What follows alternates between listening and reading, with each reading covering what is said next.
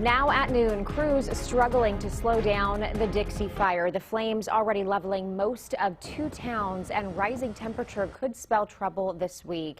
Good afternoon and thanks for being with us. I'm Dina Kupfer. And again, our news is also streaming right now live on CBSN Sacramento Online. The Dixie Fire has grown to become the second largest wildfire in our state's history. New video shows the widespread destruction in Canyon Dam, which is one of 2 towns leveled by the flames. We do have some good news to report on, though, this afternoon. Those missing during the evacuations, those 4 people, have now all been accounted for. The fire, though, has burned close to 490,000 acres in Butte and Plumas and Lassen and Tehama counties. It is just 21% contained. Governor Newsom surveyed the damage caused by the Dixie Fire in Greenville over the weekend, and he thanked firefighters for their hard work, but said the state needs to do more to prevent devastating fires. We recognize we got to do more in active forest management, vegetation management, pre-positioning assets, and the state's doing an historic amount in all of those areas. The cause of the fire is still under investigation, but a federal judge has ordered PG&E to provide information regarding a tree that fell on one of the utility's power lines right where the origin of the fire was.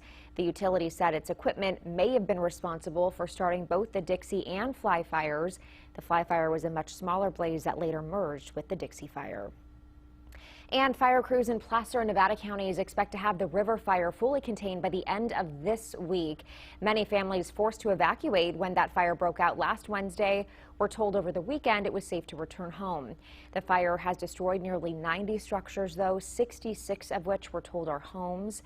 More than 2,600 acres have burned so far, containment up at 68%. And smoke from the fires is starting to clear out of the valley this afternoon. Still lingering, though, a little bit in the foothills and into the high country, but it is an improvement from what we saw on Saturday. So we want to get things over to Cody Stark.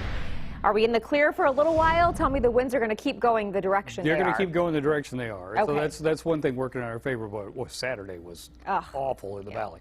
All right, let's go ahead and take a look at our current conditions here. In Sacramento, it's 82, calm winds though, 83 in Stockton, 84 in Modesto, 87 in Marysville, 85 in Vacaville, 90 in Auburn, and 81 right now in Truckee. Today's highs are going to get to about 96 in Sacramento, 98 in Marysville, 95 in Lodi and Stockton, and 96 in Modesto. Keep those numbers in mind as we keep going forward here.